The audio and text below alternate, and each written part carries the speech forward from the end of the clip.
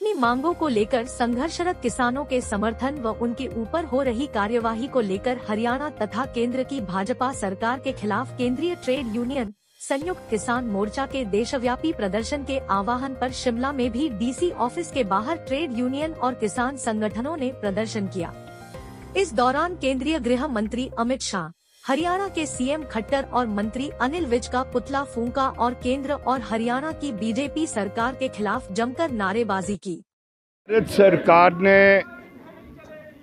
देश के समूचे किसान पर युद्ध घोषित किया है और हम भारत सरकार को स्पष्ट शब्दों में कहना चाहते हैं, आप जितना मर्जी दमन कर लो, ये जो समूचा किसान आंदोलन है ये आगे को बढ़ेगा और आगे बढ़ते हुए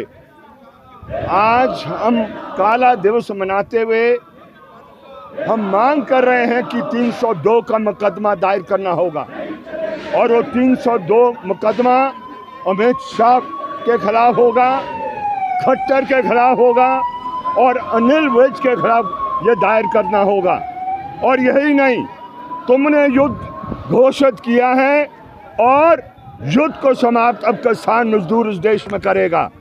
ये भूल जाएं कि आप दमन के जरिए ये इस तरीके का व्यवहार किसानों के साथ करेंगे, ये हरगिज़ बर्दाश्त नहीं होगा। हालांकि ये जो मोर्चा खोला गया था ये संयुक्त किसान मोर्चे की ओर से नहीं था, जिसके घटक हम हैं, लेकिन आज किसी भी किसान जत्थेबंदी पर, किसी भी किसान की धारा पर अगर आप आक्रमण करोगे तो समूचा किसान इस मुल्क का, चाहे हिमाचल प्रदेश की पहाड़ी कॉर्पोरेशन हो, चाहे जम्मू कश्मीर की पहाड़ी कॉर्पोरेशन हो या देश के किसी भी हिस्से का हो, हम एकता कर आगे बढ़ेंगे और इस युद्ध का मुकाबला हम निश्चित रूप में करके देंगे। क्या आगे